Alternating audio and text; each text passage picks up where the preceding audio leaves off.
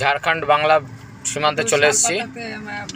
একটা গুরুত্বপূর্ণ ইনফরমেশন, সেটা হলো ঝাড়খণ্ডের যে বর্ডারে দুটো পার্টের রাস্তাটা গেছে, আমাদের যে লেনটা রয়েছে সেই লেন দিয়ে আমরা যদি যাই তাহলে ওখানে লরির পেপার চেক হয় বলে কমার্শিয়াল গাড়ির একটু জাম লাগে, ওই জন্য লরিগুলো এই তো বেঙ্গলে ঢুকছি আমরা, ওই জন্য লরিগুলোকে জাম লেগে যাওয়ার জন্য ওটা জেনে রাখতে হবে। আমাদের উল্টো লেন দিয়ে চলে যেতে হয়েছে, ছোটো গাড়িগুলো সব উল্টো লেন দিয়ে চলে যাচ্ছে, যারা প্রাইভেট গাড়ি আছে তারা এখান থেকে চলে যায়। এই যে দেখুন রাস্তাটা, হ্যাঁ।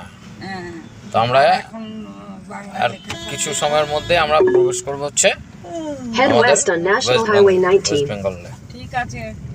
ডাব্লিউবি চলবে, ওই রাস্তাটা ছেড়ে দিলে আমরা এদের লেন দিয়ে যাচ্ছি, উল্টো লেন দিয়ে। এমার্জেন্সি লাইট জ্বালিয়ে সবাই যাবে ওটা, যেহেতু আমরা উল্টো লেনে যাচ্ছি তাতে করে আমরা টুক করে ক্রস করবো, ওটা জেনে রাখতে হবে। এটা একটা নতুন জানার জিনিস, গৌরব বললো ব্যাপারটা, বুঝলাম আমরা।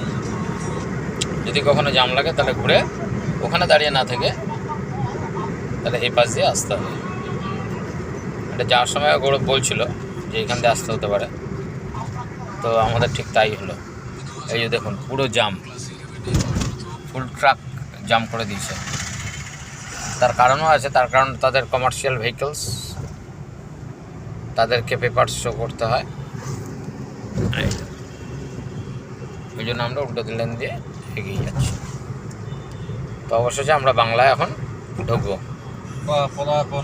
হ্যাঁ, এই খালটা এইটার ওপরে হয়ে গেল, এটা শেষ। এই হচ্ছে আমাদের পশ্চিমবঙ্গ।